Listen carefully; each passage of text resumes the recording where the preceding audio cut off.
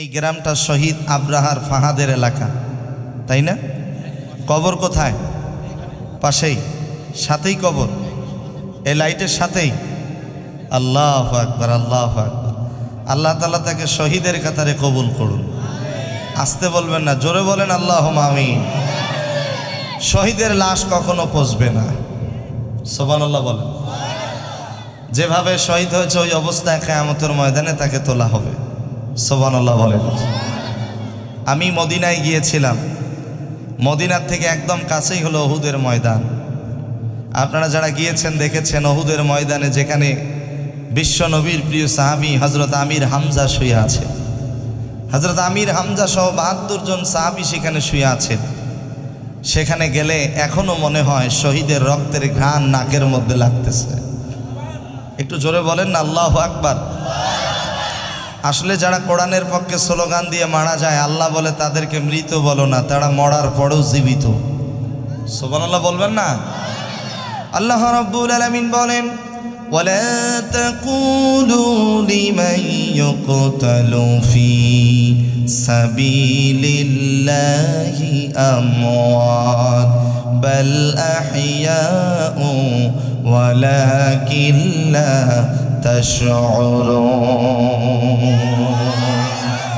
কোরআনের পথে যারা জীবন দেয় তারা মরে না, তারা মরার পরও জীবিত থাকে। আওয়াজ দিয়া বলেন ঘোষণাকার।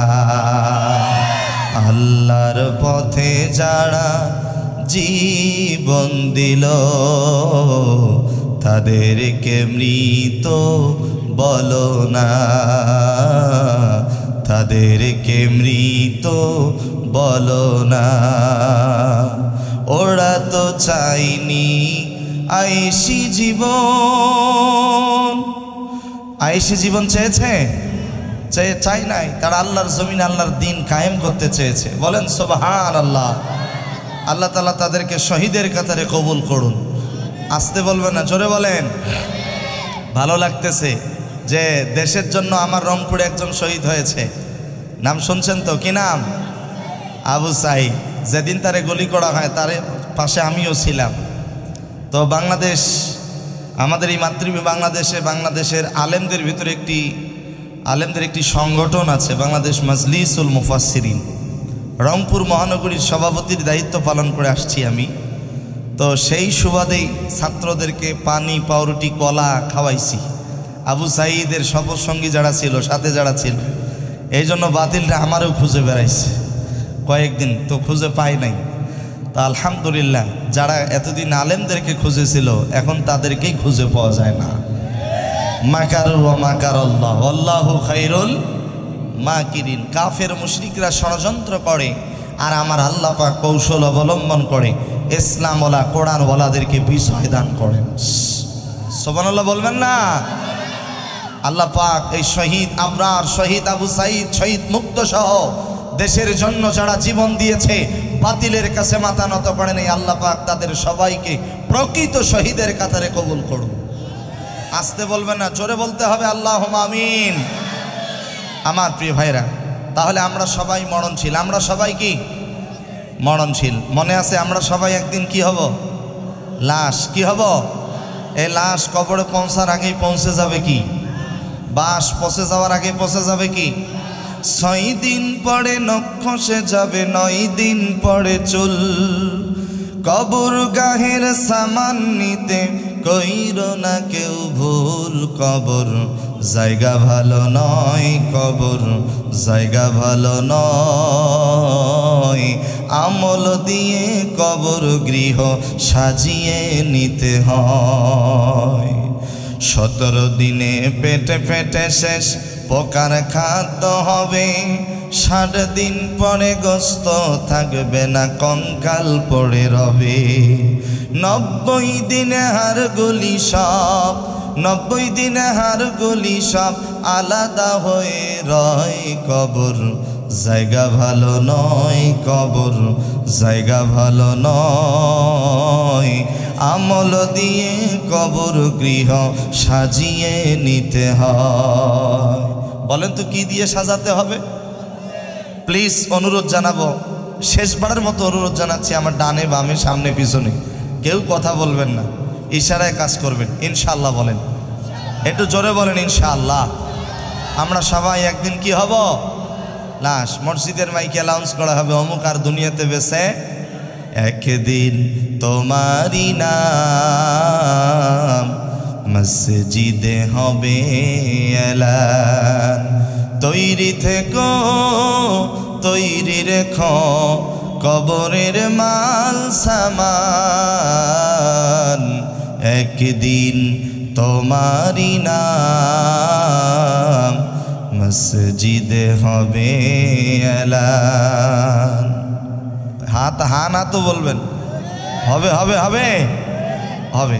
আমরা সবাই মরণশীল, তাই আসুন, পৃথিবীতে চলতে গেলে আমাদের বন্ধু বান্ধবের প্রয়োজন হয়। প্রকৃত বন্ধু কারা হবে? কাদের সাথে আমরা চলাফেরা করব? প্রকৃত বন্ধু হিসাবে কাকে গ্রহণ করব? আমি আপনাদের সামনে আল্লাহ পাকের পবিত্র মহাগ্রন্থ আল কোরআন, এ কোরআনে মোট 114টি সূরা রয়েছে। তন্মধ্যে 5 নম্বর সূরা, সূরাটির নাম হচ্ছে সূরা আল মাইদা। কি বললাম? সূরা আল মাইদা। এই সূরাটিতে মোট আয়াত রয়েছে 120টি, রুকু সংখ্যা আছে 16টি। সূরাটি নাজিল হয়েছে মদিনায়। সুবহানাল্লাহ বলেন।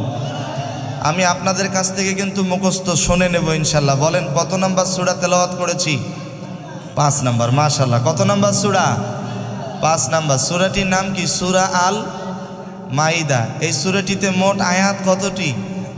120টি। রুকু সংখ্যা এই তো বলে গেছেন, এখনই ওয়াজ করলাম, এখনই যদি বলে যান হবে না। রুকু সংখ্যা 16টি। কতটি?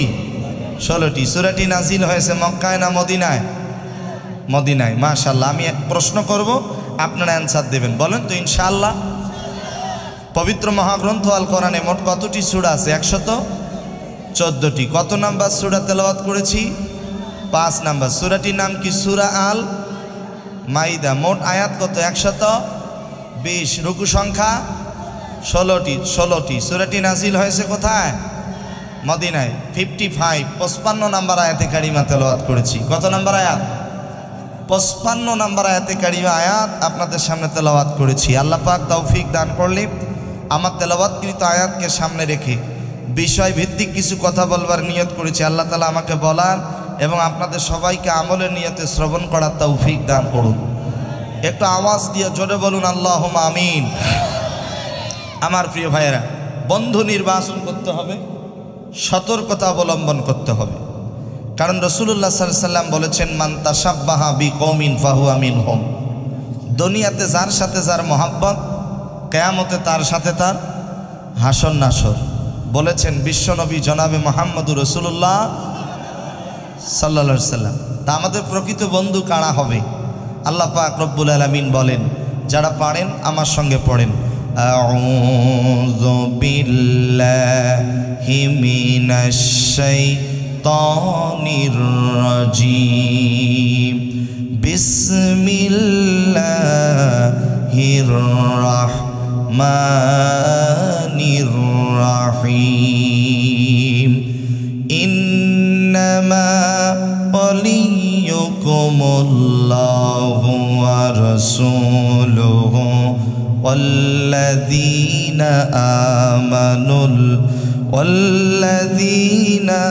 آمنوا الذين يقيمون الصلاة ويؤتون الزكاة وهم راكعون।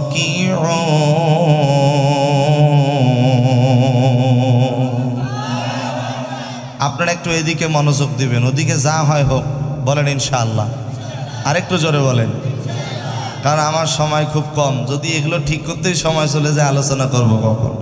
আল্লাহ রাব্বুল আলামিন বলেন, ইন্নামা ওয়ালিয়্যুকুমুল্লাহ।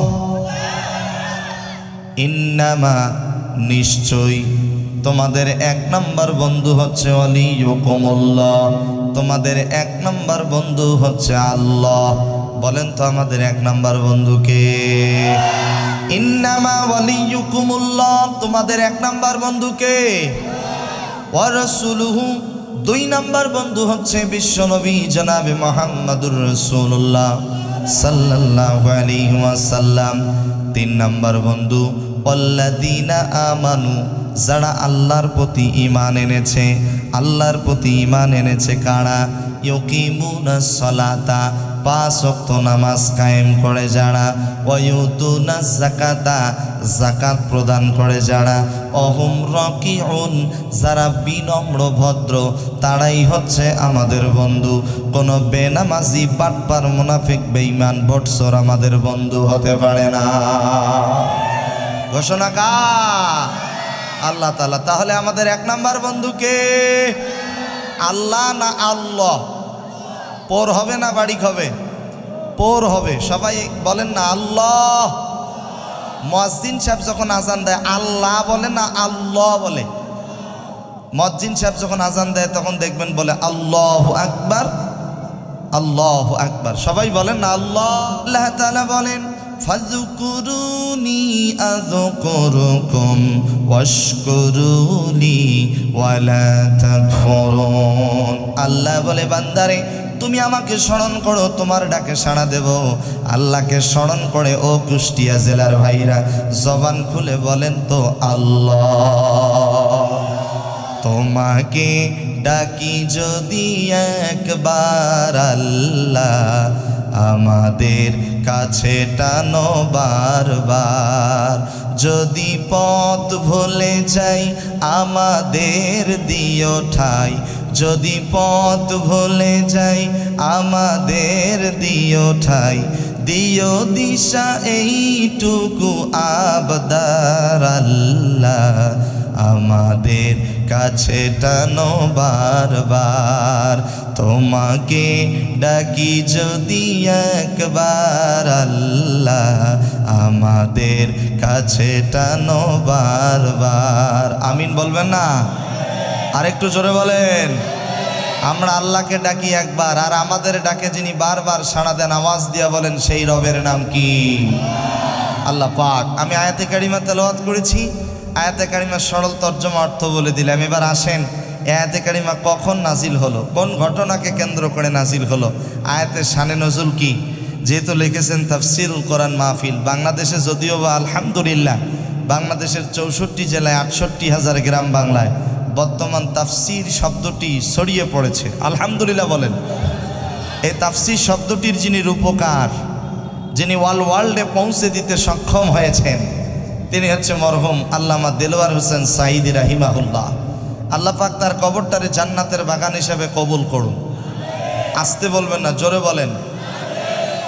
আমার প্রিয় ভাইরা, যেমন আপনাদের এলাকায় শহীদ আবরার, আমাদের এলাকায় শহীদ আবু সাঈদ, ঠিক তেমনইভাবে পিরোজপুরের সন্তান শহীদ আল্লামা দেলোয়ার হোসেন সাঈদী।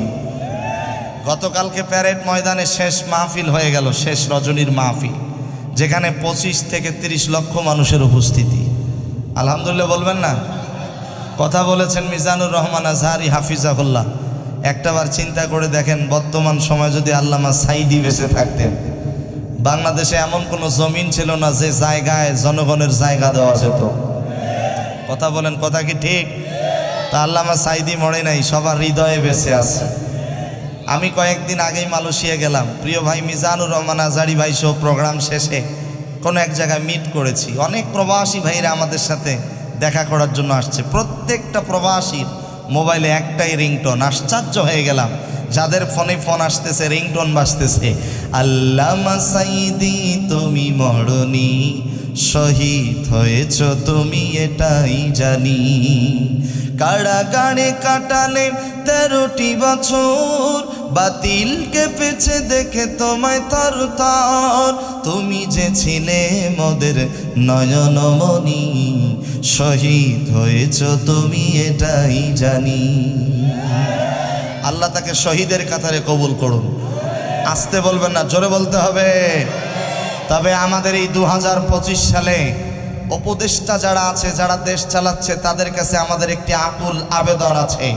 শহীদ আবরার ফাহাদকে যারা হত্যা করেছে, শহীদ আবু সাঈদকে যারা হত্যা করেছে, আল্লামা সাঈদীকে যারা ইনজেকশন পুশ করে হত্যা করেছে, তাদের বিচার অনতিবিলম্বে বাংলার জমিনে শুরু করা হয়। ঠিক কিনা বলেন? তাদের বিচার নিশ্চিত করা হোক, আমরা চাই কি চাই না? আসতে বলবে না, জোরে বলেন। হকের পক্ষে স্লোগান দেওয়ার দরকার আছে না নাই? কোরআন আছে যেখানে, বাতিল আছে যেখানে।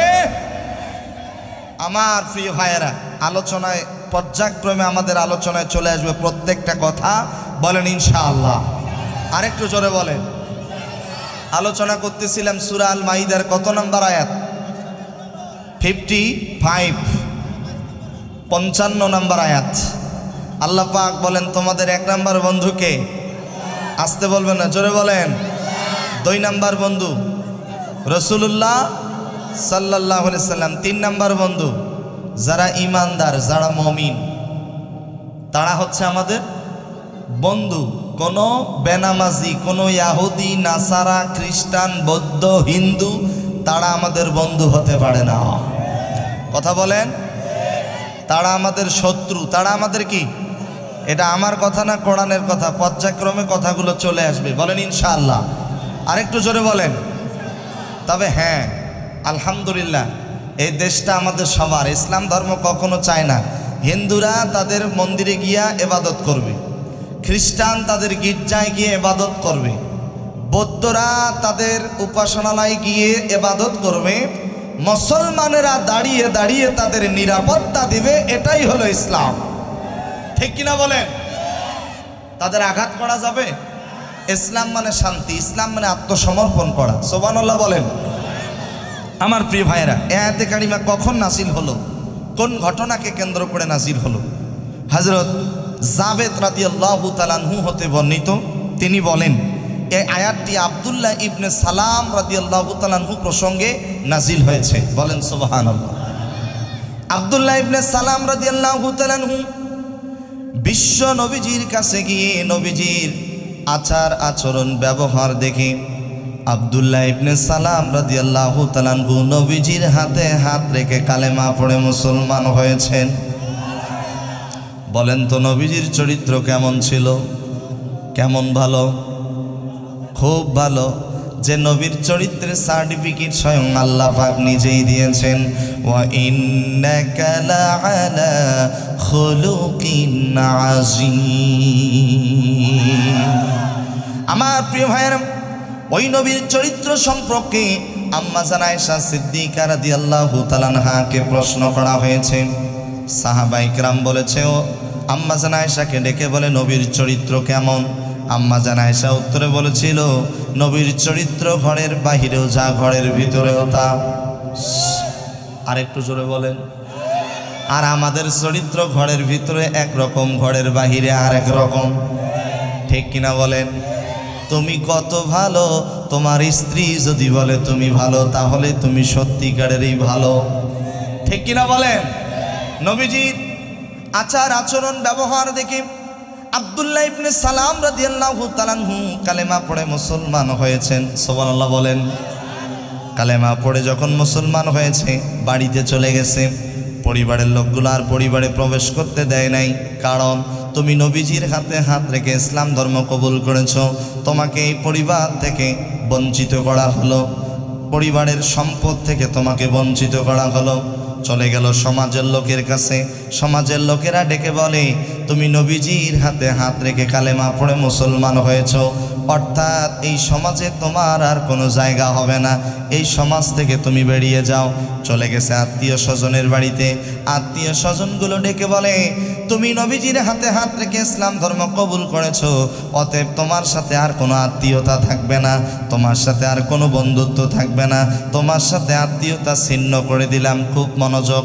কালেমা পড়ার অপরাধে সম্পদ থেকে বঞ্চিত, পরিবার থেকে বঞ্চিত, সমাজ থেকে বঞ্চিত, আত্মীয় স্বজনগুলো পর্যন্ত তাকে আত্মীয়তা থেকে ছিন্ন করে দিয়েছে। এখন যাবে কোথায়? নিরুপায় হয়ে আব্দুল্লাহ ইবনে সালাম চলে গেছে নবীজির দরবারে। আল্লাহর নবীকে গিয়া বলে, নবী গো, আমার বন্ধু বান্ধব বলতে কেউই নেই, আমি এখন কার কাছে যাব, কোথায় যাব? নবীজি কিছুই বলেন না, কারণ আল্লাহ পাক বলেন, ওয়ামা ইয়ানতিকু আনিল হাওয়া ইন হুয়া ইল্লা ওয়াহয়ুন ইউহা। আল্লাহর পক্ষ থেকে যতক্ষণ পর্যন্ত ওহী নাজিল হয় নাই ততক্ষণ পর্যন্ত নবীজি আমার কিছুই বলেন নাই, নবীজি আমার চুপ করে বসে আছেন। এমত অবস্থায় আল্লাহ পাক রব্বুল আলামিন সূরা আল মাইদার 55 নম্বর আয়াতে কারিমা নাজিল করে দিলেন। আরেকটু জোরে বলবেন না? আল্লাহ রাব্বুল আলামিন বলেন, ইন্নামা ওয়ালিয়্যুকুমুল্লাহ। অগণবীজি তাকে বলে দেন, নিশ্চয়ই তোমাদের এক নাম্বার বন্ধুকে। আরো জোরে বলেন, এক নাম্বার বন্ধুকে। আমি কুষ্টিয়া জেলার ভাইদের কাছ থেকে জানতে চাই, কুষ্টিয়া জেলার ভাইয়েরা জবান খুলে বলেন তো, আপনাদের এলাকায় মাকড়সা আছে না নাই? মাকড়সা জাল বুনায় কি বুনায় না? জাল বুনাইয়া বুনাইয়া ঘর তৈরি করে। আমার কথা যদি বুঝে থাকেন বলেন তো, মাকড়সার ঘর দুর্বল না সবল? হ্যাঁ, দুর্বল। মাকড়সার ঘরে যে 5টা আঙ্গুলের যে কোনো একটা আঙ্গুল দিয়ে যদি স্পর্শ করেন দেখবেন ঘর ভেঙে, ওর অস্তিত্ব খুঁজে পাওয়া যাবে না। মাকড়সার ঘর একেবারেই দুর্বল। আল্লাহ পাক রব্বুল আলামিন বলেন, আল্লাহ ছাড়া কেউ যদি অন্য কারোর সাথে বন্ধুত্ব স্থাপন করে তাদের সম্পর্কটা হবে মাকড়সার ঘরের মতো দুর্বল। যে কোনো মুহূর্তে ভেঙে যেতে পারে।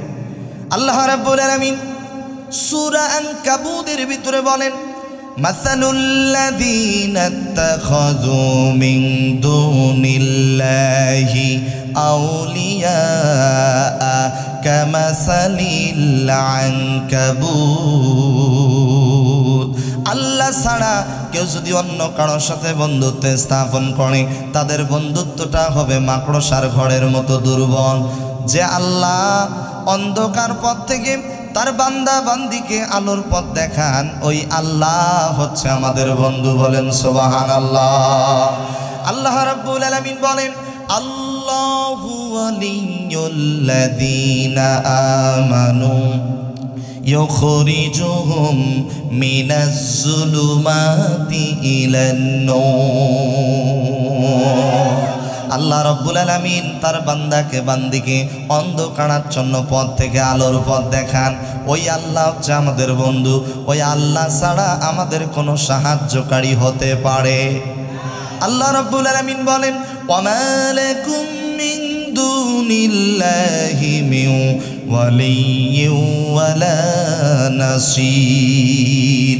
ওই আল্লাহ ছাড়া কোনো বন্ধু বা সাহায্যকারী হতে পারে না।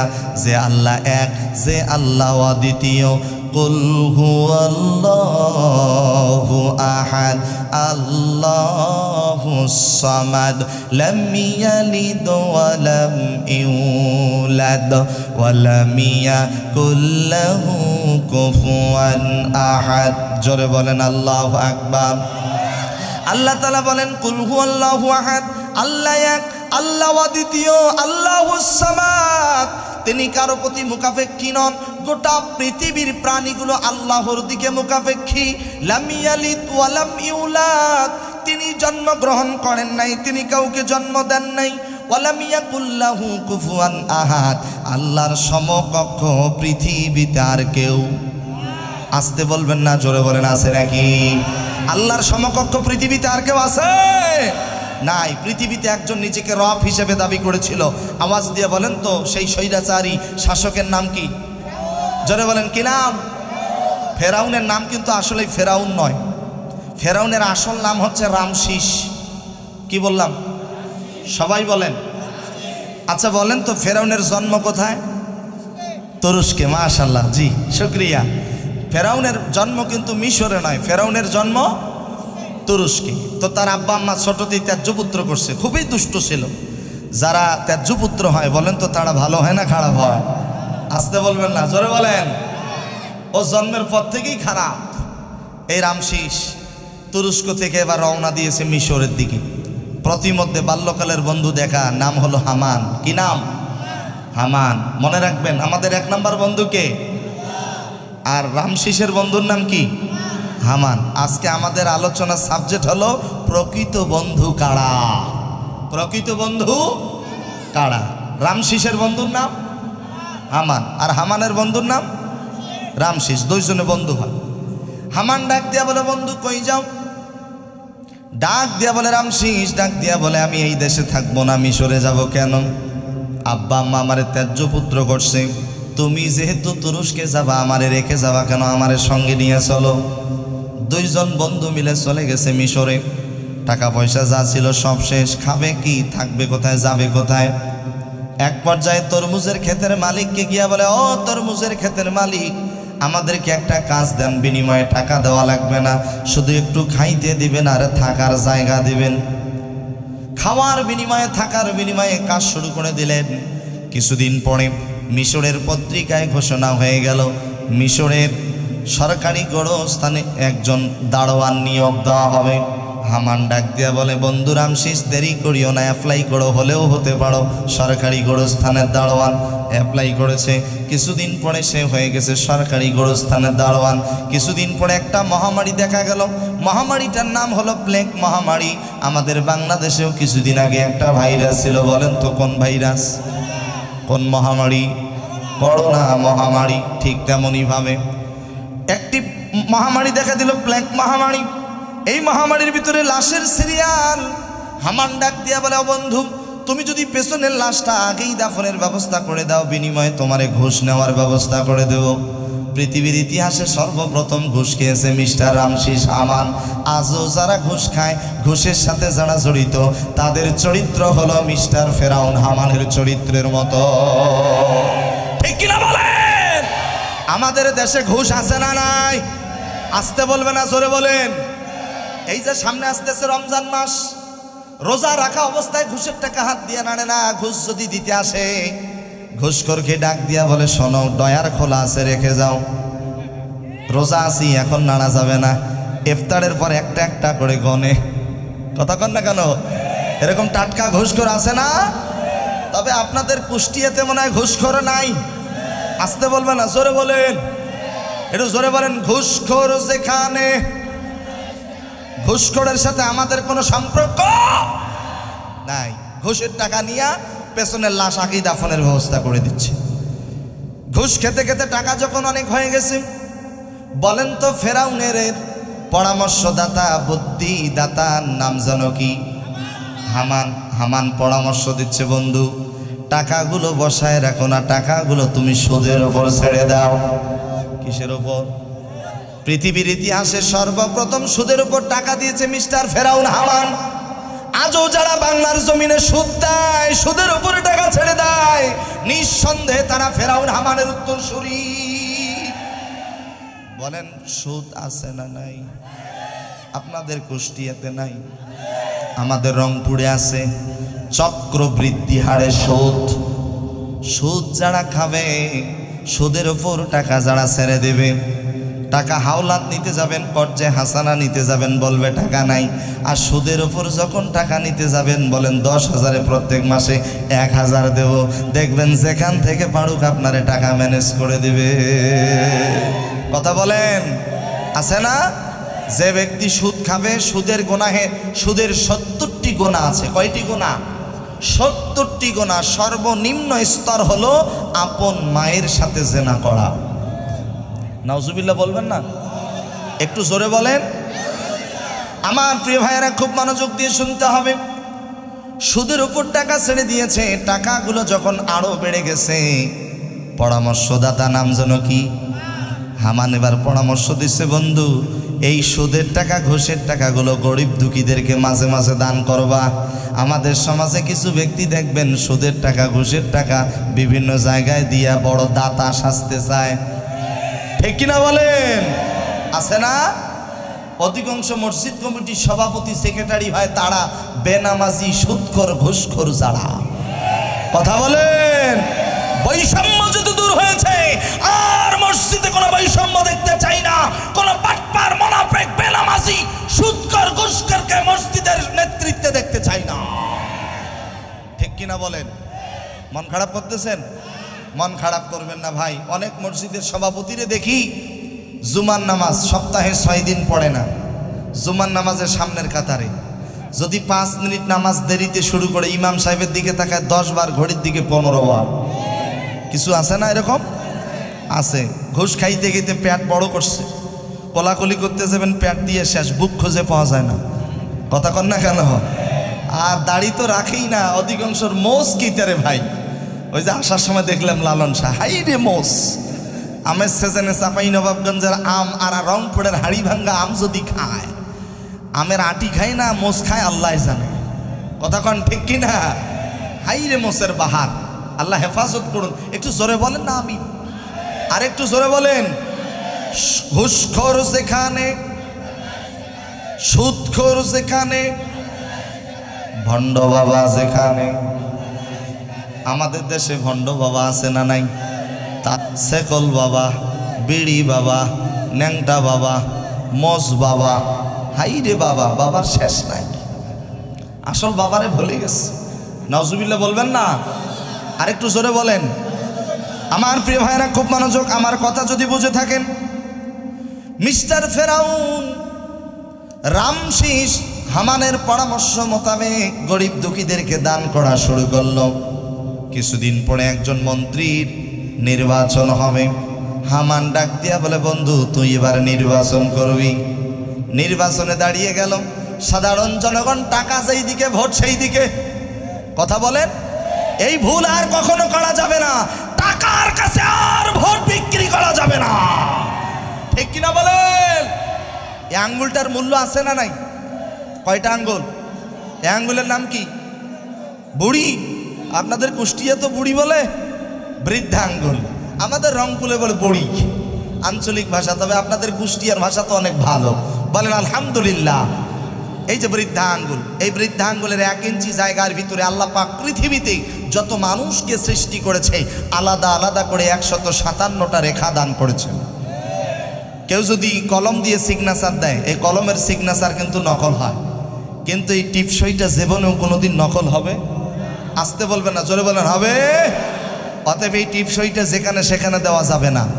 আর কোনো বাটপার, মোনাফেক, বেনামাজিকে পবিত্র সংসদে দেখতে চাই না, ঠিক কিনা বলেন? কোন বেনামাজির পেছনে আমরা আর ছুটতে চাই না। অনেকেই বলে অমুক নেতার চরিত্র ফুলের মতো পবিত্র। যে নেতা রাতের বেলা 2 বোতল মদ না হলে তার ঘুমে হয় না, 3 বোতল খায়া রাস্তা দিয়ে হাঁটে, গাছের ধাক্কা দিয়ে কয় মা সাইড দাও। কথা কন না কেন? আবার স্লোগান দেয় অমুক নেতার চরিত্র। দুঃখজনক কথা, সব নেতার সব থেকে শ্রেষ্ঠ নেতা জনাবে মুহাম্মদুর রাসূলুল্লাহ। অতএব স্লোগান হবে সব নেতার পথ ছাড়ো, বিশ্ব নবী পথ ধরো। ইনশাল্লাহ বলবেন না? আরেকটু জোরে বলেন। মন খারাপ করতে পারেন, এখানে বিভিন্ন দলের ভাইয়েরা আছে। আপনারা যখন মারা যায় আপনাদের এলাকায় লাশটা যখন কবরে রাখে দোয়া পড়ে, বিসমিল্লাহি ওয়া আলা মিল্লাতে। এ দোয়া কি পড়ে? তাছাড়া আওয়ামী লীগ করছে, তারা কি মরার পরে বলবে বিসমিল্লাহি ওয়া আলা মিল্লাতে আওয়ামী লীগ, বিএনপি?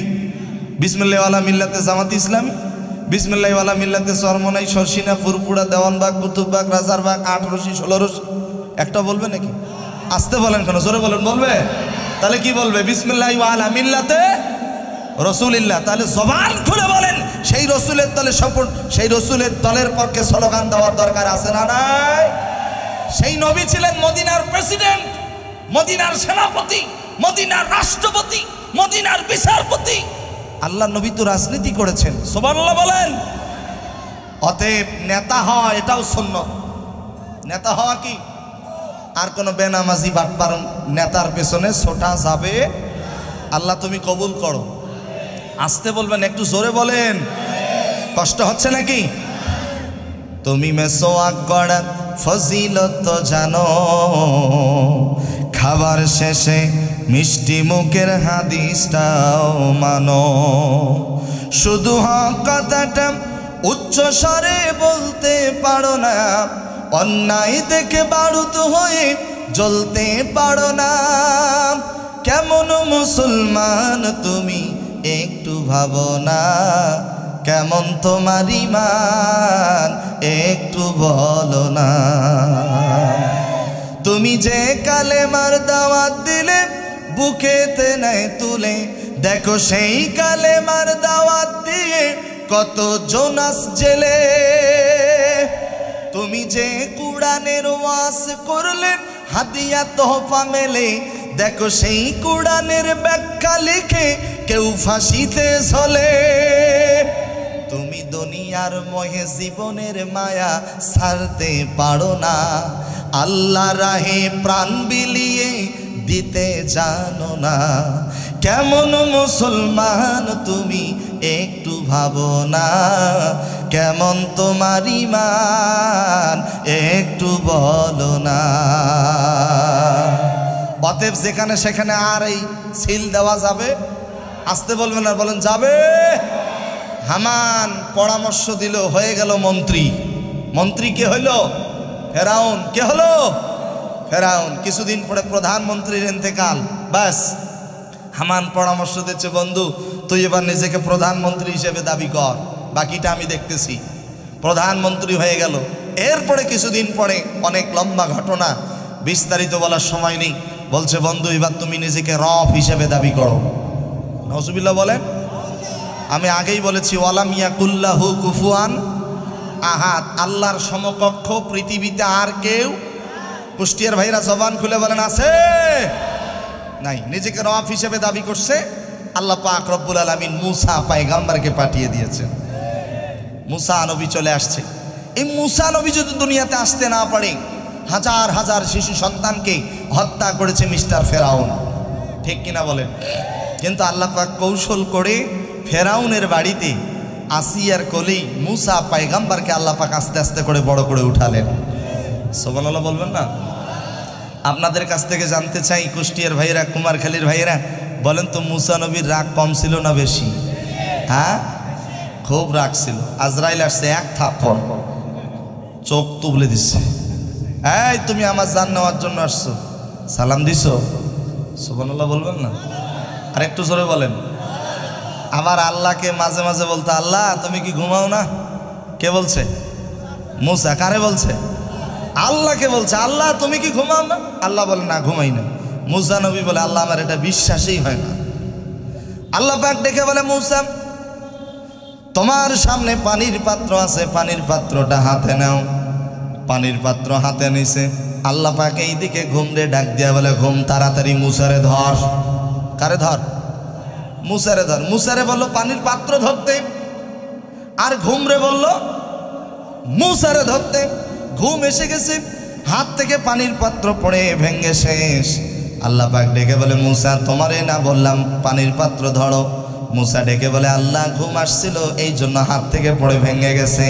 আল্লাহ পাক রব্বুল আলামিন ডেকে বলেন, ও মুসা আমি যদি ঘুমাই তাহলে কি হবে? আল্লাহ পাক বলেন, আল্লাহু আলী আল্লাহু লা ইলাহা ইল্লা হুয়াল হাইয়ুল কাইয়্যুম লা তাখুযুহু সিনাতুন ওয়ালা নাওম। একটু জোরে বলেন আল্লাহু আকবার। আল্লাহ পাক রব্বুল আলামিন বলেন, আল্লাহ ছাড়া কোনো ইলাহ, তিনি চিরন্তন, তিনি চিরঞ্জীব, তিনি ঘুমান না, তন্দ্রাও তাকে স্পর্শ করতে পারে। আওয়াজ দিয়া বলেন তো ঘোষণা কার? সেই মুসা নবীকে পাঠালেন আল্লাহ পাক। মুসা নবীকে আস্তে আস্তে করে বড় করে উঠালেন। ফেরাউন যখন বুঝতে বলল আমার বাড়িতেই যে সন্তানটি এটি আল্লাহর পয়গম্বর মুসা, তখন কি করলেন? মিশরের সকল জাদুকরগুলোকে একত্রিত করলেন। জাদুকরগুলো একত্রিত হয়ে মুসা নবীকে ভয় দেখাতে লাগলেন। মুসা নবী এক পর্যায়ে ভয় পেয়ে গেলেন। আল্লাহ পাক বলেন, মুসা কুল লা তাখফ ইন্নাকা আনতাল আ'লা, মুসা ভয় করিও না, তুমি বিজয়ী হবে। সুবহানাল্লাহ বলবেন।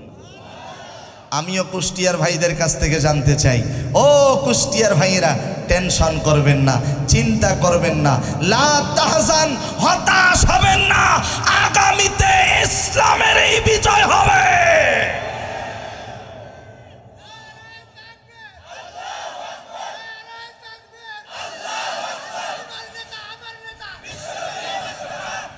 মাশাআল্লাহ বলেন আলহামদুলিল্লাহ। কষ্ট হচ্ছে আপনাদের? মন খারাপ হচ্ছে? তাহলে বলেন, মুসা নবীকে সাহস দিলেন কে? আল্লাহ পাক। আল্লাহ পাক মুসারে ডেকে বলে, মুসা তোমার হাতে কি? বলেন তো মুসার হাতে কি ছিল? লাঠি। আল্লাহ পাক কোরআনের ভাষায় বলছেন, ওয়া আওহাইনা ইলা মুসা আন আলকি আসাক এ মুসা তোমার হাতে কি কয় লাঠি, লাঠিটা নিক্ষেপ করো। লাঠি নিক্ষেপ করার সঙ্গে সঙ্গে ফেরাউনের দল বাহিনী যারা ছিল সব পরাজিত হয়ে গেল। মুসা পয়গম্বরকে আল্লাহ পাক বিজয়ী করলেন। আল্লাহ পাক বলেন ফাগলিবু হুনালিকা ওয়ানকালাবু সাগিরিন। মুসা পয়গম্বর বিজয়ী হয়ে গেল। আল্লাহু আকবার বলেন। এবার ফেরাউনের দল বাহিনী মুসা নবীরে ঘিরে ধরেছে যেন বের হতে না পারে। মুসা পয়গম্বর নিজেকে সেভ করার জন্য তার দল বাহিনী নিয়ে সামনের দিকে দৌড়াচ্ছে। দৌড়াতে দৌড়াতে সামনে গিয়া দেখে বিশাল বড় সমুদ্র। সমুদ্র পার হবে কেমনে? আল্লাহকে ডেকে বলে আল্লাহ আমার চেষ্টা শেষ। আল্লাহ বলে মুসা রে, বান্দার চেষ্টা যেখানে শেষ হয়ে যায় আমি আল্লাহর রহমত ওই জায়গার থেকে শুরু হয়। এ মুসা তোমার হাতে কি? বলেন মুসার হাতে কি? আল্লাহ পাক কোরআনের ভাষায় বলেন ওয়া আউহাইনা ইলা মুসা আনিদরিব বিআসাকাল বাহর। জোরে বলেন আল্লাহু আকবার। এ মুসা তোমার হাতে লাঠি, এই লাঠি দিয়া সমুদ্রে আঘাত করো। সমুদ্রে আঘাত করার সঙ্গে সঙ্গে একটা নয় দুইটা নয়, বুখারীর হাদিসের মধ্যে আসছে, তাফসীরের ভিতরে এসেছে, আল্লাহ পাক রব্বুল আলামিন 12টা রাস্তা তৈরি করে দিয়েছে। জোরে বলেন কয়টা? আরো জোরে। জোরে হলো না? নির্বাচন আসছে, আসবেই তো ইনশাআল্লাহ, একটু ট্রায়াল দিয়ে নেন। বলেন কয়টা? আল্লাহ রাস্তায় যারা থাকে তাদের জন্য রাস্তা তৈরি করে দেয়, সেই রবের নাম কি? আর যারা কোরআনের বিরোধিতা করে, ইসলামের বিরোধিতা করে, তারা পালানোর জন্য রাস্তা খুঁজে পায় না। ঠিক কিনা বলেন? সারা জীবন নৌকা নৌকা করে আসলো, শেষ সময় দুইজন নৌকারে উঠে পালাইতে চাইল। একজনরে ধরলো, আর একজন আমার একাই ধরতেছেন, কোন আর একজন আসছে লঙ্গি পড়া, হ্যাঁ, এরপরে টি শার্ট গেঞ্জি পড়া, দাড়িও কাটছে যেন চেনা না যায়। হ্যাঁ কি বাবা, এই ধর্মেশ বাবারও পর্যন্ত ধরলো। আর একজন সিলেট দিয়ে পালাইতে চাইল। সিলেটের মানুষ এত সুন্দর আপ্যায়ন করলে একটা বিসি অন্ডকোষ উড়াই দিচ্ছে। ঠিক কিনা বলেন? ও গর্ব করে বলেছিল আমি সাইদির ফাঁসির রায় দিয়েছি। নাউজুবিল্লাহ বলেন। আমার প্রিয় ভাইরা, আমরা নাম বলতে চাই না, এটা পবিত্র মাহফিল। ওই অপবিত্র মানুষের নামগুলো আর এই মাহফিলে বলতে চাই না। ঠিক কিনা বলেন? এখন জ্ঞানীরা ঠিকই বোঝে যে স্বৈরাচার কারা ছিল, কারা ওলামায়ে কেরামের বিরোধিতা করেছে, ইসলামের বিরোধিতা করেছে। তারা ভালো করে জানে আজ না হয় কাল তারা ধ্বংস হয়ে যাবে, নিশ্চিহ্ন হয়ে যাবে, তাদেরকে আর খুঁজে পাওয়া যাবে না। ঠিক কিনা বলেন? আসেন পর্যায়ক্রমে আমরা রেফারেন্স নিয়ে কথা বলবো ইনশা। আসতে বলবে না, জোরে বলেন ইনশা। রাস্তা তৈরি হয়েছে কয়টা? কয়টা? 12টা রাস্তা দিয়ে মুসা নবী তার দলবাহিনী পার হয়ে যাচ্ছে। ফেরাউন তার দলবাহিনী আইসা দেখে সমুদ্রের মাঝখানে 12টা রাস্তা। কয়টা? আশ্চর্য হয়ে গেছে। এবার ফেরাউন হামানকে ডাক দিয়ে বলতেছে, একটা সত্য কথা বলছে অবশ্য, বলবো কি? ফেরাউন বলতেছে হামান, এই সমুদ্রের মাঝখানে 12টা রাস্তা, আমার কেন যেন সন্দেহ হচ্ছে এই রাস্তাটা আমাদের রাস্তা নয় রে, এই রাস্তাটা মুসার রাস্তা। সুবহানাল্লাহ বলবেন না? কার রাস্তা? মুসার রাস্তা। সুবহানাল্লাহ বলেন। কার রাস্তা? মুসার রাস্তা। এই রাস্তা দিয়ে যাওয়া যাবে না। হামান ডাক দিয়ে বলে, না, আমার কথা মতো তোমাকে এই রাস্তা দিয়ে যেতে হবে। যদি মুসারে আটকাতে চাও, না যাব না। হামান ডাক দিয়ে বলে, শোনো, আমার পরামর্শে তুমি মিশরে গিয়ে তরমুজের খেতে কাজ করলা, আমার পরামর্শে ঘুষ খাইলা, আমার পরামর্শে সুদের উপর টাকা ছেড়ে দিলা, আমার পরামর্শে তুমি মন্ত্রী হইলা, আমার পরামর্শে তুমি প্রধানমন্ত্রী হইছো, আমার পরামর্শে তুমি নিজেকে রব হিসেবে দাবি করছো।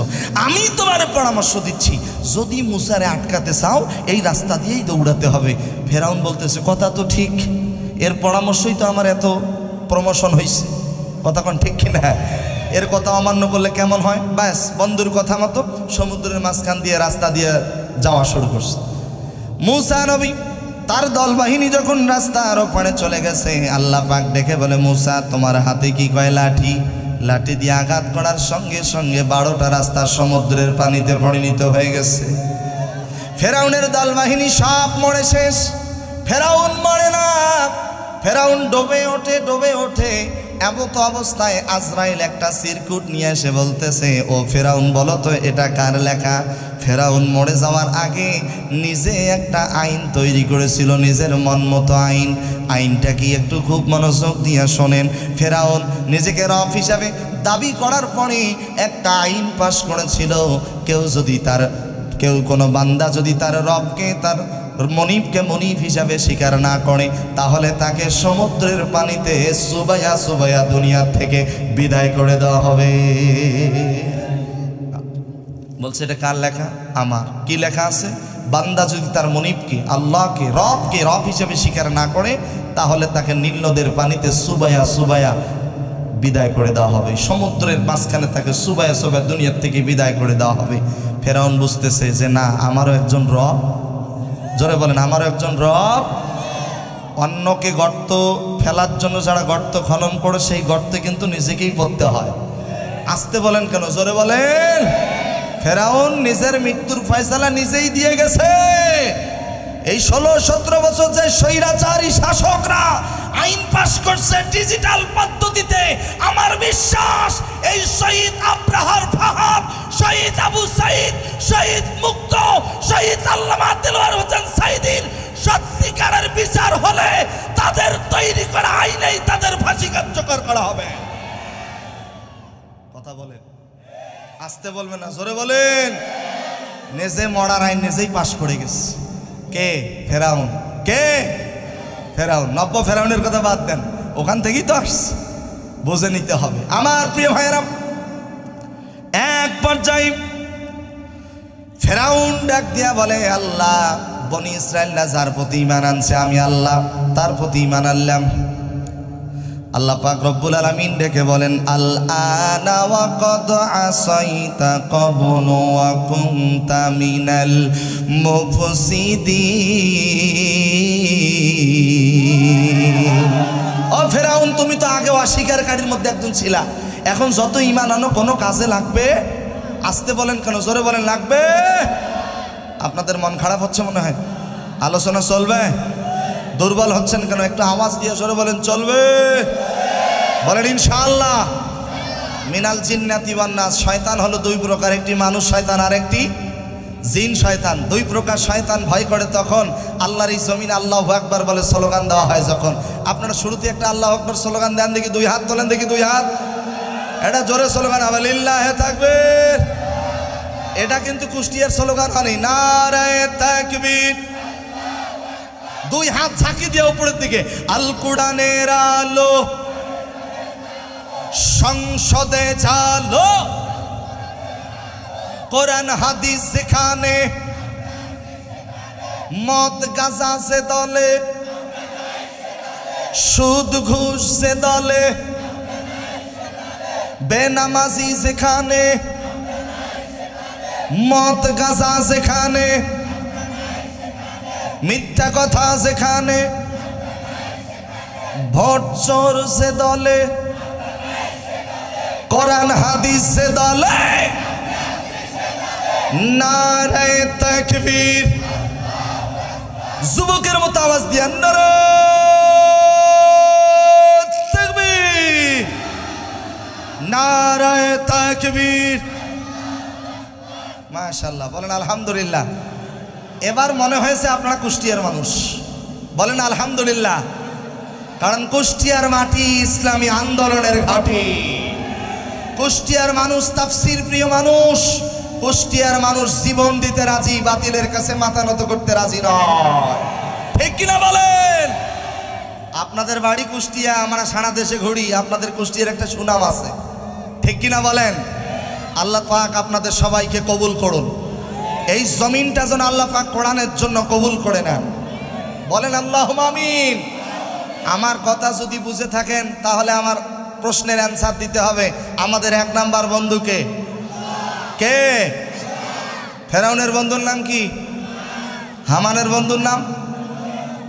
বন্ধুর পরামর্শে হয়ে গেল রব হিসেবে দাবি করলো, আবার বন্ধুর পরামর্শে জীবন দিয়ে দিল। এই জন্য বন্ধু নির্বাচন করতে হবে, সতর্কতা অবলম্বন করতে হবে। আমাদের এক নাম্বার বন্ধু এবার আসেন, আল্লাহর সাথে বন্ধুত্ব স্থাপন করতে গেলে শর্ত হলো 4টা। জোরে বলেন কয়টা? আরো জোরে। আল্লাহর দেওয়া চিঠি, নাম কি? নামাজ পড়া সুন্নত না ফরজ? যাকাত দেওয়া, জীবনে টাকা থাকলে একবার হজ করা, পবিত্র কোরআন আল কারীমের শিক্ষা অর্জন করাও ফরজ। সুবহানাল্লাহ বলেন। আল্লাহর সাথে বন্ধুত্ব স্থাপন করতে গেলে 1 নম্বর শর্ত হলো আল্লাহর দেওয়া চিঠি আপনাকে আমাকে পড়তে হবে। সুবহানাল্লাহ বলেন। আমরা পড়বো তো ইনশাআল্লাহ। আল্লাহ রাব্বুল আলামিন বলেন, ইকরা বিসমি রাব্বিকাল্লাযী খালাক। পড়ো তোমার প্রভুর নামে। সুবহানাল্লাহ বলেন। কার নামে পড়তে হবে? আল্লাহর কোরআন পড়তে হবে।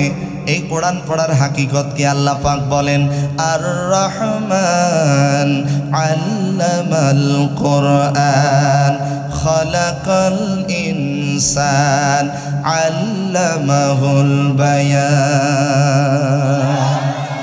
এক একটা ওয়াক্যের বিনিময়ে 10টা করে নেকি দিবেন কে? আমার তেলাওয়াত শেষে আল্লাহু আকবার বলতে পারবেন না? এটা সবাই বলেন আল্লাহু আকবার। আমি যখনই ইশারা দেব আল্লাহু আকবার বলতে পারবেন? বলেন দেখি। মাশাআল্লাহ। যে ওয়ারাব্বাকা ফাকাব্বির, আল্লাহর জমিনে আল্লাহর স্লোগান দিতে হবে, আওয়াজ দিয়া বলেন ঘোষণা কার। কিন্তু কিছু বাটপার মুনাফিক নারায়ে তাকবীর স্লোগান দিলে ওদের মন খারাপ হয়। ওরা মনে করে এটা রাজনীতির স্লোগান। না, এটা রাজনীতির স্লোগান না, এটা আল্লাহর নামের স্লোগান। ঠিক কিনা বলেন? নারায়ে তাকবীর কার স্লোগান? বলবো তো ইনশাআল্লাহ। আসতে বলবে না, জোরে বলেন। বলেন দেখি। মাশাআল্লাহ। আবার বলেন। তাহলে 1 নম্বরে কোরআন পড়তে হবে। 1 নম্বরে কোরআন পড়বো তো ইনশাআল্লাহ। এখন কোরআন পড়বো কিভাবে? এই যে সামনে আসতেছে রমজান মাস, কিছু হাফেজ সাহেব দেখবেন যেখানে খতম তারাবি হয়, আলহামদুলিল্লাহি রাব্বিল আলামিন আর রহমানির রহিম মালিকি ইয়াউমিদ্দিন। কথা বলে না হুজুর, আছে না? মানে 4G 5G 10G পর্যন্ত কোরআন তেলাওয়াত করে। হাই রে, এত জোরে তেলাওয়াত কিছুই বোঝা যায় না। অথচ আল্লাহ পাক রব্বুল আলামিন বলেন, আউজিদ আলাইহি মারাতিলিল কুরআন তারতিলা। কোরআন পড়ো সাফ সাফ করে, স্পষ্টভাবে কোরআন তেলাওয়াত করতে হবে। জবান খুলে বলেন ঘোষণা কার? মক্কা মদিনায় তারাবির নামাজ পড়ে, কত সুন্দর তেলাওয়াত। নামাজে যেভাবে পড়ে তারাবির নামাজেও ঠিক ওই রকম পড়ে। আলহামদুলিল্লাহি রাব্বিল আলামিন আর রহমানির রহিম মালিকি ইয়াউমিদ্দিন ইয়্যাকা না'বুদু ওয়া ইয়্যাকা নাস্তাঈন ইহদিনাস সিরাতাল মুস্তাকিম صراط الذين أنعمت عليهم غير المغضوب عليهم ولا الضالين।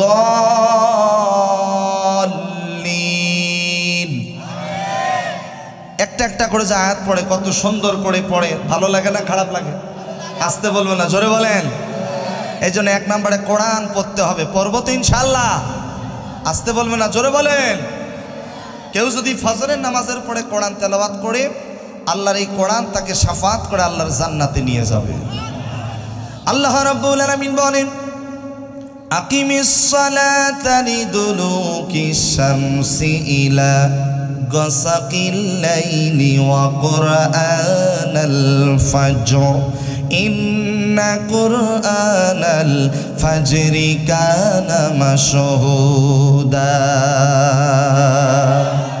কেউ যদি ফজরের পরে কোরআন তেলাওয়াত করে, আল্লাহর এই কোরআন তাকে শাফায়াত করে আল্লাহর জান্নাতে নিয়ে যাবে। চিৎকার দিয়া বলেন না সুবহানাল্লাহ। কোরআন পড়বো তো ইনশাআল্লাহ। তাহলে আমার কথা যদি বুঝে থাকেন বলেন, আমাদের 1 নম্বর বন্ধু কে? আল্লাহর সাথে বন্ধুত্ব স্থাপন করতে গেলে শর্ত জানো কয়টা? 1 নম্বর শর্ত আল্লাহর দেওয়া চিঠি কোরআন কি করতে হবে? পড়তে হবে। 2 নম্বরে কোরআন বুঝতে হবে। আমরা কোরআন পড়ি কিন্তু বুঝি না। সূরা ফাতিহা তেলাওয়াত করতেছি, যদি একটা মশা এসে গায়ে পড়ে, আগে মশাটারে শহীদ করি, তারপরে নামাজ পড়ি। কথা কয় না কেন? অথচ সাহাবায়ে কেরাম নামাজে দাঁড়িয়েছে। এই যে দেখেন, সাহাবায়ে কেরাম নামাজে দাঁড়িয়েছে, পেছন দিক থেকে শত্রুপক্ষ কাফের মুশরিকরা সাহাবায়ে কেরামকে লক্ষ্য করে তীর নিক্ষেপ করেছে। পিঠের মধ্যে এসে তীর লেগে গেছে। নামাজ শেষ করেছে, তারপরেও বোঝে নাই যে পিঠে এসে তীর লেগেছে। সুবহানাল্লাহ বলবেন না? আর একটু জোরে বলেন। নামাজ শেষে কান্নাকাটি করতেছে, মনে হয় পৃথিবীর সকল পাহাড়গুলো পিঠের উপর তুলে দেওয়া হয়েছে। টানতেছে, বের করতে পারেনি। আবার যখন নামাজে দাঁড়িয়ে গেছে, একটা একটা করে তীর টান দিয়ে বের করে ফেলে দিয়েছে। সাহাবী পরবর্তীতে সাক্ষ্য দিচ্ছে, ওগো আল্লাহর নবী, আল্লাহর নামের কসম করে বলি, নামাজ যখন শেষ করলাম, আমার পিঠের মধ্যে যখন তীর লেগে আছে, মনে হচ্ছিল পৃথিবীর সকল পাহাড়গুলো আমার পিঠের মধ্যে তুলে দেওয়া হয়েছে। আর যখন নামাজে দাঁড়ালাম, একটা একটা করে তীর বের করে ফেলে দিয়েছে। আল্লাহি, আল্লাহর নামের কসম করে বলি, একটা পিঁপড়া কামড় দিলে যে যন্ত্রণা হয়, কষ্ট হয়, এই কষ্ট আমি অনুভব করতে পারিনি। আর একটু জোরে বলেন। তাদের নামাজ আর আমাদের নামাজ, জবান খুলে বলেন তো, পার্থক্য আছে না নাই? কারণ একটাই, আমরা কোরআন পড়ি কিন্তু কোরআন বুঝি না। আচ্ছা বলেন তো, কোরআন বোঝা কঠিন না সহজ? কত সহজ! আল্লাহ পাক রব্বুল আলামিন বলেন, ওয়ালাকাদ ইয়াসসারনাল কুরআনা লিযিকরি ফাহাল মিন মুদ্দাকির। জোরে বলেন আল্লাহু আকবার। আল্লাহ পাক রব্বুল আলামিন এই কোরআন বোঝা আপনার আমার জন্য সহজ করে দিয়েছেন। চিৎকার দিয়ে জোরে বলেন না সুবহানাল্লাহ। আল্লাহ রাব্বুল আলামিন বলেন, ইন্না আনজালনাহু কুরআনান আরাবিয়্যান লাআল্লাকুম তাআকিলুন। আল্লাহ তাআলা এই কোরআনকে আরবি ভাষায় অবতীর্ণ করেছে যাতে বুঝতে সহজ হয়। চিৎকার দিয়ে জোরে বলেন না সুবহানাল্লাহ। তাহলে বলেন তো, এই কোরআন বোঝার দরকার আছে না নাই? আপনি বোঝেন ঠিক আছে, এরপরেও যারা বেশি বোঝে তার কাছে গিয়ে একটু বুঝে নেবেন। আল্লাহ রাব্বুল আলামিন বলেন, কুল হাল ইয়াস্তাউইল আ'মা ওয়াল বাসীর। আল্লাহ পাক বলেন, হে রাসূল, আপনি জিজ্ঞেস করুন, দৃষ্টি শক্তি সম্পন্ন ব্যক্তি এবং অন্ধ ব্যক্তি কি সমান? অন্ধ ব্যক্তি এবং দৃষ্টি সম্পন্ন ব্যক্তি কি সমান হতে পারে? সমান হতে পারে না। এই জন্য বুঝতে হবে, কোরআন বুঝে বুঝে তেলাওয়াত করতে হবে। আল্লাহ পাক বলেন, ওয়ালাজ্জুলুমাতি ওয়ালান নূর। একটু জোরে বলেন আল্লাহু আকবার। যেমন সমান নয় অন্ধকার এবং আলো, আলো এবং অন্ধকার কি সমান হতে পারে? পারে না। এই জন্য আমার প্রিয় ভাইয়েরা, কোরআন বুঝতে হবে। যারা কোরআন বুঝবে তাদের কোনো টেনশন নাই, তাদের কোনো চিন্তা নাই। চিৎকার দিয়ে জোরে বলেন আল্লাহু আকবার। আরেকটু জোরে বলেন। আল্লাহ রাব্বুল আলামিন বলেন, ফামান তাবিআ হুদায়া ফালা খাউফুন আলাইহিম ওয়ালা হুম ইয়াহজানুন। আরেকটু জোরে বলেন আল্লাহু আকবার। যারা কোরআনকে মেনে নেবে তাদের কোনো চিন্তা, কোনো টেনশন আছে নাকি? নাই। তাহলে আমার কথা যদি বুঝে থাকেন, আমার কুমারখালীর ভাইয়েরা, কুষ্টিয়ার ভাইয়েরা, বলেন আমাদের এক নাম্বার বন্ধুর নাম কি? আল্লাহর সাথে বন্ধুত্ব স্থাপন করতে গেলে শর্ত যেন কয়টা? এক নাম্বার শর্ত, আল্লাহর দেওয়া কোরআন কি করতে হবে? পড়তে হবে। দুই নাম্বারে কোরআন বুঝতে হবে। তিন নাম্বারে কোরআন মানতে হবে। সুবহানাল্লাহ বলেন। তিন নাম্বারে কোরআন। আমরা কি কোরআন মানি? তাহলে শোনেন, আল্লাহ পাক বলেন, আল্লাহ সুবহানাহু ওয়া তাআলা বলেন, ওয়াস-সারিকু ওয়াস-সারিকাতু ফাকতাউ আইদিয়াহুমা জাযাআম বিমা কাসাবা নাকালাম মিনাল্লাহ আল্লাহু আজিজুন হাকীম। আল্লাহ পাক বলেন, চোর নারী হোক কিংবা পুরুষ হোক, তারা যদি ধরা পড়ে তাদের হাত কেটে দাও। জবান খুলে বলেন তো, ঘোষণা কার? আসতে বলবে না, জোরে বলেন কার? এই চোরের বিচার কি বাংলার জমিনে করা হয়?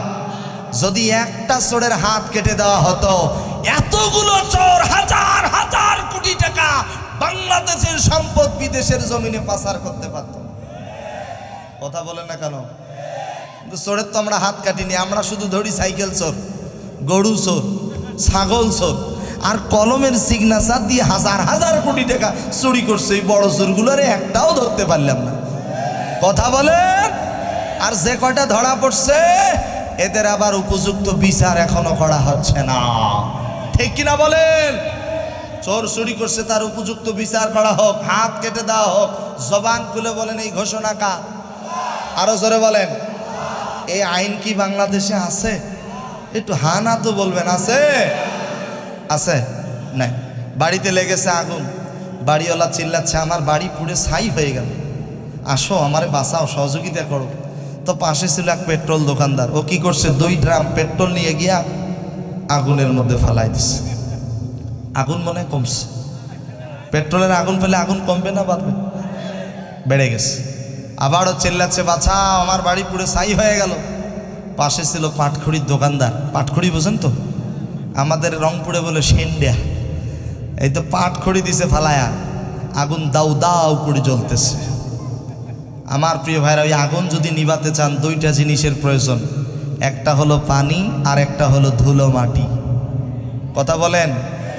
পানি আর বালি, এই 2টা জিনিস হলে আগুন নিভানো সম্ভব। সমাজের ভিতরে সুদ, ঘুষ, অন্যায়, অত্যাচার, অশ্লীলতা, বেহাপনা, চুরি, ডাকাতি, ছিনতাই, সকল প্রকার অপকর্ম, কুকর্ম বন্ধ করা সম্ভব হবে তখন কোরআন সুন্নাহর আলোকে রাষ্ট্র পরিচালনা করা হবে যখন। ঠিক কিনা বলেন? কোরআন সুন্নাহর আলোকে রাষ্ট্র পরিচালনা করা হোক। মুসলমানের মতো আওয়াজ দিয়ে জোরে বলেন আমরা চাই কি চাই না? আসতে বলবে না, জোরে বলেন চাই কি চাই না? আপনারা চাইলেও কি না চাইলেও কি, আল্লাহর কোরআন আমার হাতের মধ্যে আছে। একটা নয়, 2টা নয়, অসংখ্য আয়াত দিয়ে দলিল প্রমাণ দেখাতে পারবো। আগামীর পৃথিবী, মুসলমানের পৃথিবী, আগামীর পৃথিবী, ওলামায়ে কেরামের পৃথিবী, গোটা পৃথিবীতে কোরআনের রাজ কায়েম হবে। জোরে বলেন ইনশাআল্লাহ। শুধু বাংলাদেশ নয়, গোটা পৃথিবীতে কোরআনের আইন বাস্তবায়ন হবে। এটা কি আপনাদের বিশ্বাস হয় না? একটু জোরে বলে না ইনশাআল্লাহ। কোনো একদিন এদেশের আকাশে কালিমার পতাকা দুলবে, সেদিন সবাই আল্লাহরই বিধান পেয়ে দুঃখ বেদনা ভুলবে। সেদিন আর রবে না হাহাকার, অন্যায় জুলুম অবিচার, থাকবে না অনাচার, দুর্নীতি কদাচার, সকলেই শান্তিতে থাকবে। সেদিন সবাই আল্লাহরই বিধান পেয়ে দুঃখ বেদনা ভুলবে। কোনো একদিন বাংলাদেশের আকাশে কালিমার পতাকা দুলবে, সেই দিন আর নয় বেশি দূরে, আর কিছু পথ গেলে মিলবে, আর কিছু পথ গেলে মিলবে। ইনশাআল্লাহ বলেন, আরেকটু জোরে বলেন ইনশাআল্লাহ। কোরআনের আইন বাস্তবায়ন হোক। কুষ্টিয়ার মানুষ আল্লাহর দেওয়া জবান খুলে বলেন আমরা চাই কি চাই না? এটা যদি চান, সামনে নির্যাতন, জুলুম, অত্যাচারের শিকার হওয়া লাগবে। রাজি আছেন? পরীক্ষা দিতে রাজি আছেন? সাহাবায়ে কেরাম পরীক্ষা দিয়েছিল। কথা বলেন, কথা ঠিক কিনা? আমার প্রিয় ভাইয়েরা, পরীক্ষা দেওয়া লাগবে। ঘোষণা কার? হযরতে বেলাল রাদিয়াল্লাহু তাআলা আনহু ইসলামের পক্ষে, তাওহীদের পক্ষে কথা বলার কারণে হযরতে বেলালের হাত পায়ের মধ্যে লোহার পেরেক তার কাটা মেরে দিয়েছে। হযরতে বেলালকে বলে, বেলাল বলো তুমি ইসলাম ছেড়ে দিবা কিনা? হযরতে বেলাল বলে, জীবন দেব, ইসলাম ছেড়ে দেব না। হযরতে বেলাল বলেছেন, আহাদ আহাদ আহাদ কুল হুয়াল্লাহু আহাদ, আল্লাহ এক, আল্লাহ অদ্বিতীয়। এই কথা বলার অপরাধে হযরতে বেলালের জিহ্বাটা টান দিয়ে বের করে জিহ্বার মধ্যে লোহার পেরেক তার কাটা মেরে দিয়েছিল। এরপরেও হযরত বেলাল বাতিলের কাছে মাথা নত করে নাই। অর্ধ পৃথিবীর রাষ্ট্রনায়ক খলিফাতুল মুসলিমিন হযরত ওমর রাদিয়াল্লাহু তাআলা আনহু সাথীদের সামনে বলতেছে, আমার সাথী ভাইয়েরা, ইসলামের জন্য সব থেকে বেশি কষ্ট করেছে হযরতে বেলাল। এই কথা বলার সঙ্গে সঙ্গে হযরতে খাব্বাব হাত তুলে বলতেছে, লাব্বাইক আমিরুল মুমিনিন, আপনি হযরত বেলালের কথা বললেন, আমি খাব্বাবের কথা বললেন না কেন? হযরত ওমর বলেন, ও খাব্বাব, ইসলামের জন্য বেলাল কষ্ট করেছে সবার জানা আছে, কিন্তু তুমি খাব্বাব কি কষ্ট করেছো এটা তো আমাদের জানা নাই। এই কথা বলার সঙ্গে সঙ্গে হযরতে খাব্বাব তার গায়ের জামাগুলো খুলে দিলেন। আমার প্রিয় ভাইয়েরা খুব মনোযোগ, গায়ের জামা যখন খুলে দিলেন হযরতে ওমর রাদিয়াল্লাহু তাআলা আনহু তাকিয়ে দেখেন পিঠের মধ্যে বিশাল বড় বড় গর্ত দেখা যায়, কোমরের মধ্যে কোনো গোস্ত নাই। ডাক দিয়া বলে, খাব্বাব রে, তোমার কোমরে কোনো গোস্ত নাই, পিঠের মধ্যে বিশাল বড় বড় গর্ত, তুমি কেমনে বেঁচে আসো?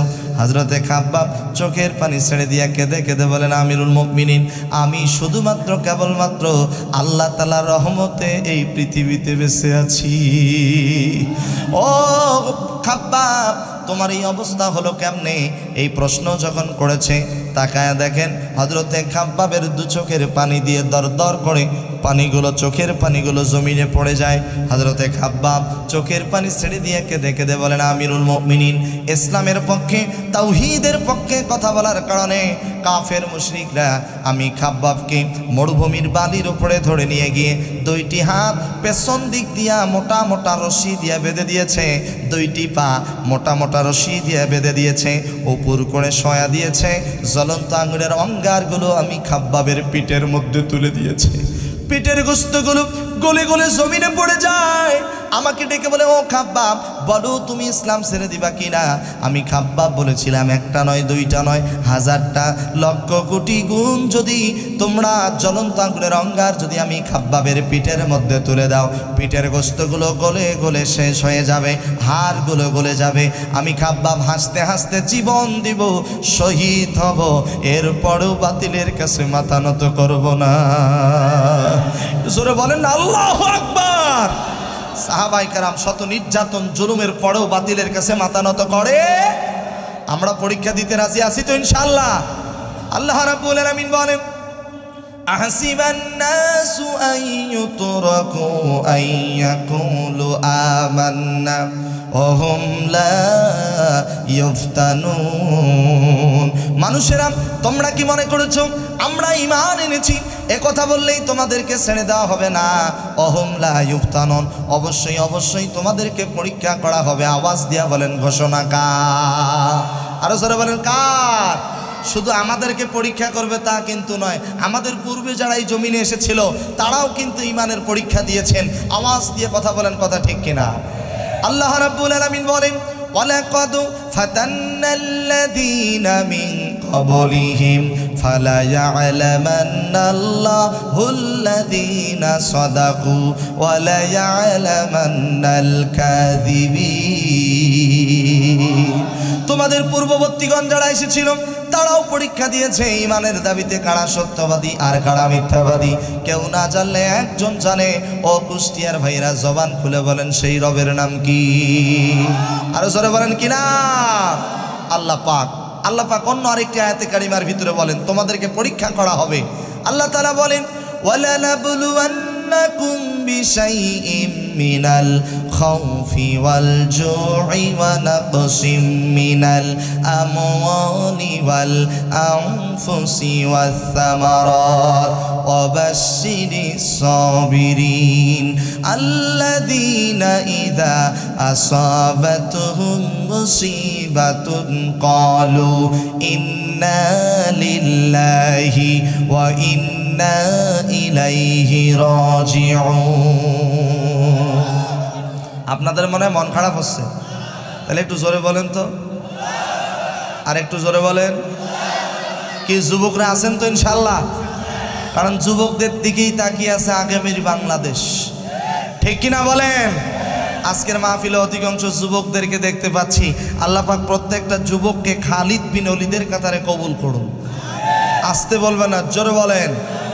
রসুল বলেছেন তিনজনের দোয়া কবুল হয়, মুসাফির, মাজলুম, পিতা মাতা। আমি গুনাহগার, শুধু রংপুর থেকে এসেছি, এই মুহূর্তে মুসাফিরের হালতে আছি।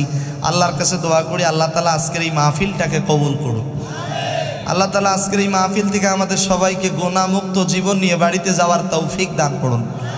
আল্লাহ তাআলা আজকের এই মাহফিল থেকে আমাদের সবাইকে পূর্ণ হেদায়েত নসিব করুন। একটু জোরে বলেন আল্লাহুম্মা আমিন। মন খারাপ হচ্ছে না তো?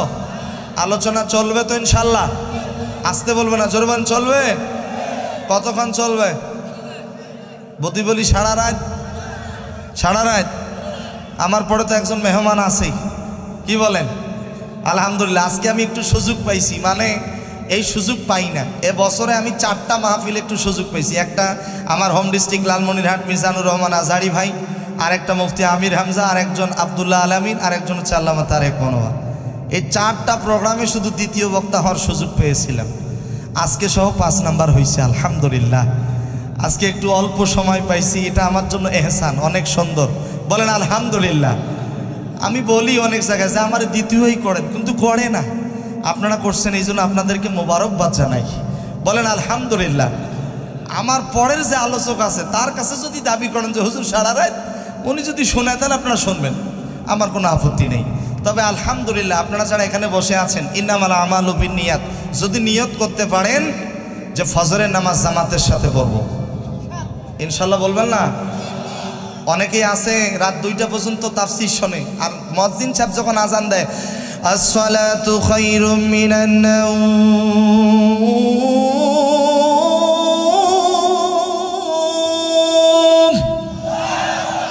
ঘুমের থেকে নামাজ উত্তম। দেখবেন ব্ল্যাঙ্কেট পর্যন্ত, কম্বল লেপ গায়ে দিয়ে ঘুমায়, ফজরের নামাজে মুসল্লি খুঁজে পাওয়া যায় না। এরকম কিছু শ্রোতা জবান খুলে বলেন তো আছে না নাই? রাত 2টা পর্যন্ত ওয়াজ শুনে, হুজুরে বলে হুজুর সালাম চলবে, কিন্তু ফজরের নামাজে নাই। কথা কন না কেন? কথা কি ঠিক? কেমন করে ঘুমাও তুমি, কেমন করে ঘুমাও তুমি ফজর করে কাজা, এমনও তো হতে পারে জোহরে জানাজা তোমার, এমনও তো হতে পারে জোহরে জানাজা। মুসলিম হয় না জন্ম নিলেই মুসলমানের ঘরে, কাফের মুমিন তফাটা হয় নামাজের উপরে। ও ভাই নামাজের উপরে। এই জীবনে নামাজ যেন, এই জীবনে নামাজ যেন হয় না কভু কাজা, এমনও তো হতে পারে জোহরে জানাজা তোমার, এমনও তো হতে পারে জোহরে জানাজা। কথা বলেন, জানাজা হবে তো? আমার প্রথম কথা মনে আছে তো? আমরা সবাই একদিন হব লাশ। মাশাআল্লাহ, কি হব? সেই দিন আর বলবে না আব্দুর রহমান, আব্দুল সুদাইস, আব্দুল করিম, আব্দুল মালিক, আব্দুল গফফার, আব্দুল সাত্তার বলবে না, বলবে লাশটা তাড়াতাড়ি দাফনের ব্যবস্থা করো। ঠিক কিনা বলেন? মারা যাওয়ার সাথে সাথে আব্দুল গফফার হয়ে যাবে মরহুম আব্দুল গফফার। কথা বলেন, কথা ঠিক কিনা? এই দুনিয়া ছেড়ে চলে যাব একদিন, মায়ারি বাঁধন ভেঙে যাবে একদিন, আসবো না এ ভুবনে আর কোনো দিন, এই দুনিয়া ছেড়ে চলে যাব একদিন, মায়ারি ভুবন ছেড়ে যাব একদিন। আসতে বলবে না, জোরে বলেন। এই দুনিয়া ছেড়ে একদিন আমরা সবাই চলে যাব। আওয়াজ দিয়ে কথা বলেন, কথা ঠিক কিনা? আমার কথা যদি বুঝে থাকেন, আমার আলোচনার পয়েন্ট কি আপনাদের মনে আছে? সূরা মাইদার 55 নম্বর আয়াতে কারিমা তেলাওয়াত করেছি, আলোচনা চলছে। আমাদের 1 নম্বর বন্ধুকে মাশাআল্লাহ। বন্ধুত্ব নির্বাচন করতে গেলে, আল্লাহর সাথে বন্ধুত্ব নির্বাচন করতে গেলে কয়টা শর্ত মানতে হবে? জোরে বলেন কয়টা? 1 নম্বরে কোরআন, মাশাআল্লাহ। 2 নম্বরে কোরআন, মাশাআল্লাহ। 3 নম্বরে কোরআন মানতে হবে। 4 নম্বরে কোরআন পরিবারে, সমাজে, রাষ্ট্রের ভিতরে মানাতে হবে। ঠিক কিনা বলেন? আমি ওমর ফারুক সিদ্দিকী রংপুর থেকে কুষ্টিয়া আসার কোনো দরকার নেই। কেন আসবো? আমি যদি কোরআনের দাওয়াত দিই, হিন্দু খ্রিস্টান বৌদ্ধ তাদেরকে দাওয়াত দেব, মুসলমান হয়ে আরেকজন মুসলমানকে দাওয়াত কেন দেব? যদি আমরা রাষ্ট্রপ্রধান যারা হবে তাদের দায়িত্ব হলো পবিত্র সংসদ থেকে আইন পাশ করবে যে আজান হওয়ার সাথে সাথে হাইয়া আলা সালাহ, কোনো মুসলমান মসজিদের বাইরে থাকতে পারবে না, প্রত্যেকটা মুসলমানকে বাধ্যতামূলক মসজিদে যাইতে হবে। ঠিক কিনা বলেন? এই আইন পাশ করা হোক, আমরা চাই কি চাই না? আসতে বলবে না, জোরে বলেন। কারা কারা চান দুইটা হাত তুলে আল্লাহ দরবারে দেখান দেখি ইনশাআল্লাহ। কোন যুবক নাই মাঝখান থেকে একটা স্লোগান দেওয়ার?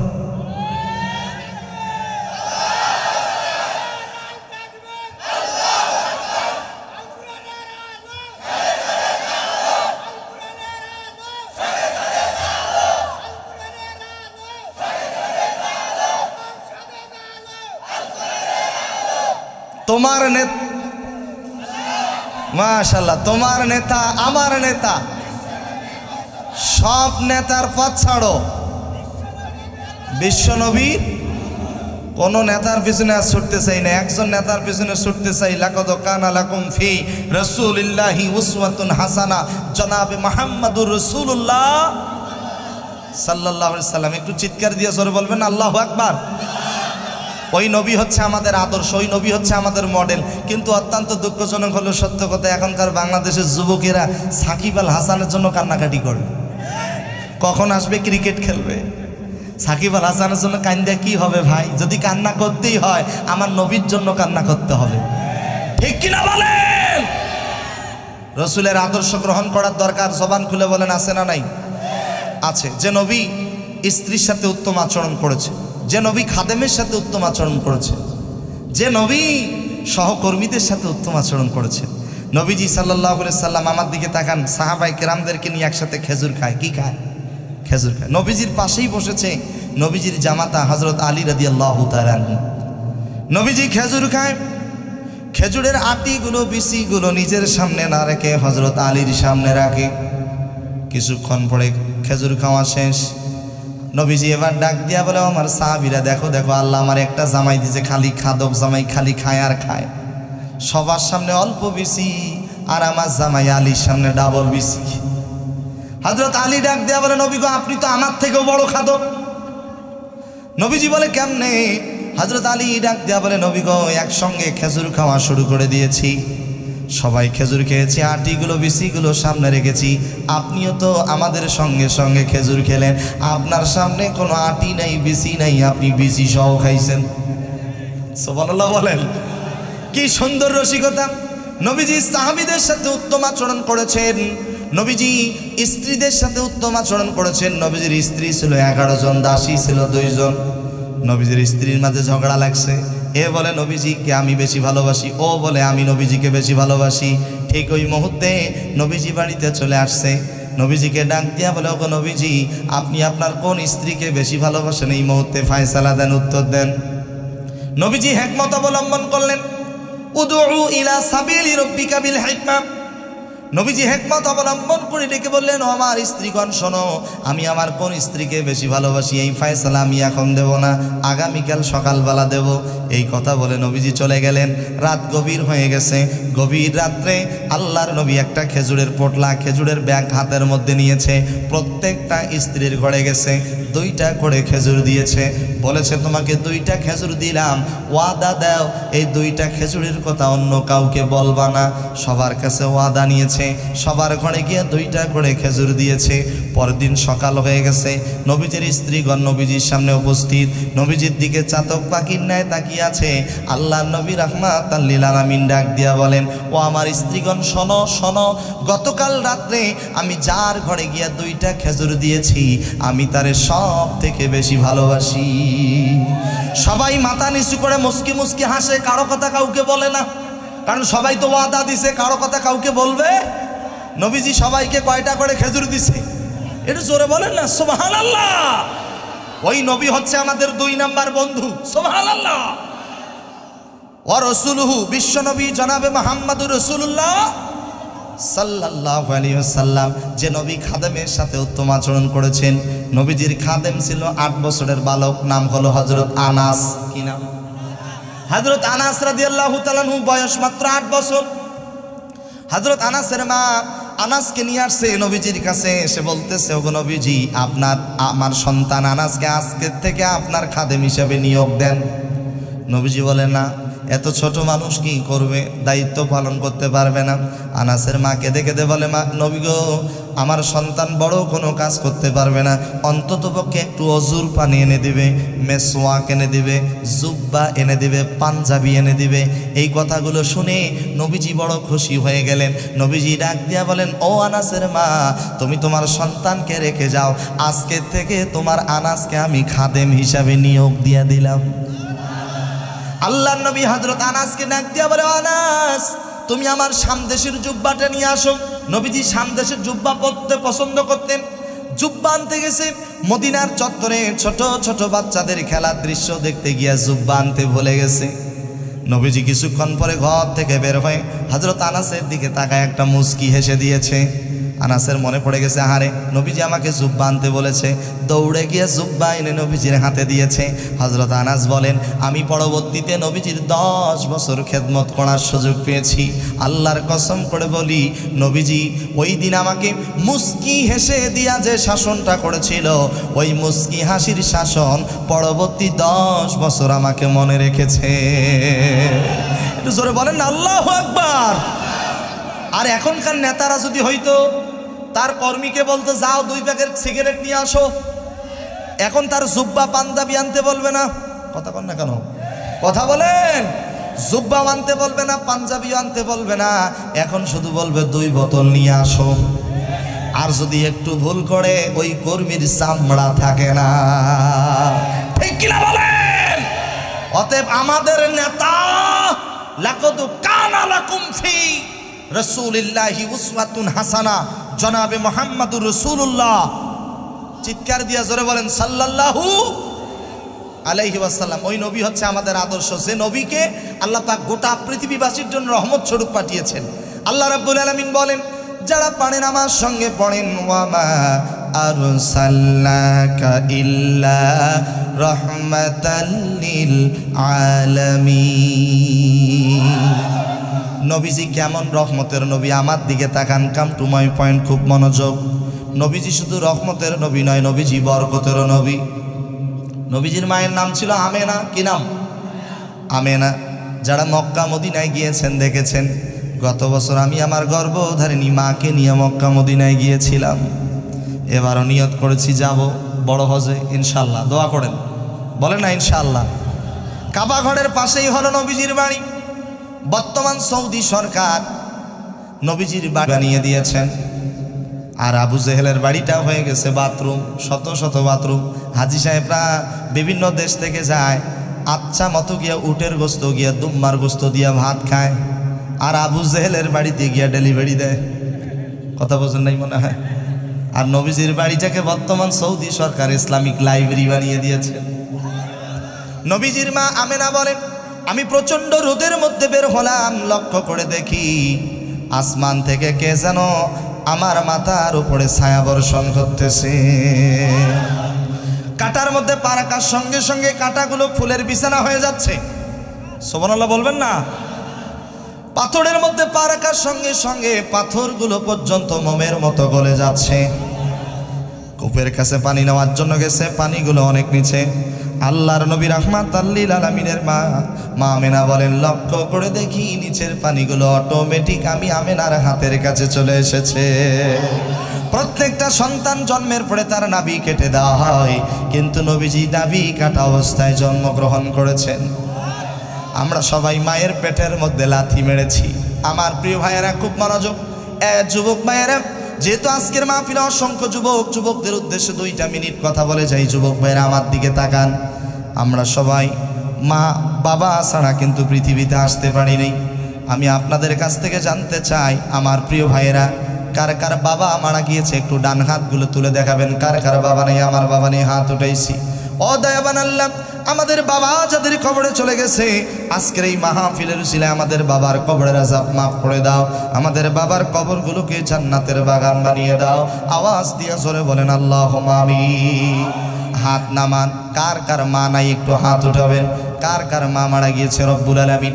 আল্লাহ তাআলা যাদের গর্ভধারিণী মা মারা গিয়েছে আজকের এই মাহফিলের উসিলায় মায়ের কবরের আযাব মাফ করে দাও, বলেন আল্লাহুম্মা আমিন। হাত নামান। আপনাদের কাছে বিশেষ আবেদন, আমার প্রিয় ভাইয়েরা, অনেক যুবক ভাইরা আছে, আমরা সবাই মায়ের পেটের মধ্যে লাথি মেরেছি। মেডিকেল সায়েন্স বলেন, একটা সন্তান যখন মায়ের গর্ভে চলে আসে, সন্তানের পাগুলো থাকে মায়ের কলিজার দিকে, সন্তানের মাথাটা থাকে মায়ের জরায়ুর দিকে। সন্তানটা মায়ের পেটের মধ্যে আস্তে আস্তে করে বড় হয়, মায়ের কলিজাটা চাপ দিতে দিতে উপরের দিকে উঠতে থাকে।